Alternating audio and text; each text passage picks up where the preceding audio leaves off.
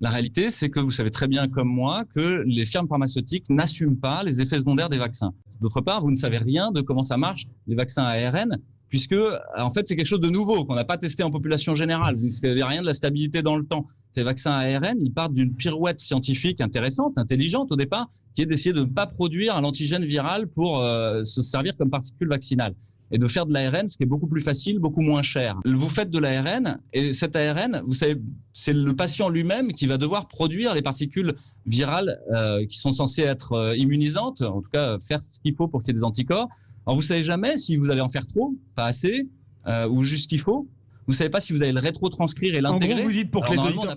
Ce qu'il dit, c'est une réalité, donc je ne vais pas le contredire là-dessus. Donc, je dis quand même, il y a 70 000 personnes qui ont reçu ces vaccins ARN de par le monde, et il y a moins d'effets secondaires que les vaccins qui étaient les vaccins des générations précédentes. Et ça s'avère être des vaccins extrêmement efficaces. Donc, alors je vous arrête, Martin, simplement pour vous dire, si vous me permettez, sur cette histoire des effets secondaires, en fait, on a un problème. Comme je vous ai dit que les firmes vaccinales ne remboursaient pas les effets secondaires, qui les rembourse ? C'est l'État. Or, l'État, s'il rembourse les effets secondaires, est-ce qu'à votre avis, il va financer la recherche sur les effets secondaires ?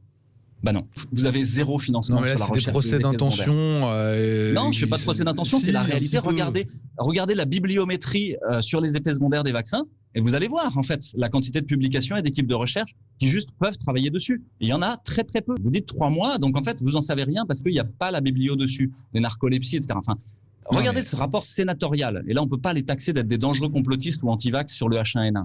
Je veux dire, il apprend tellement de choses. C'est 140 pages qui vous dessillent sur les conflits d'intérêts, sur le pognon majeur qu'il y a là-dedans et sur l'incurie des laboratoires pharmaceutiques et leur cynisme. Ils sont en train de faire quelque chose comme le remdesivir, de vous fourguer quelque chose dont ils ne savent pas s'il est efficace ou toxique, dont ils savent que probablement il est toxique et peu efficace.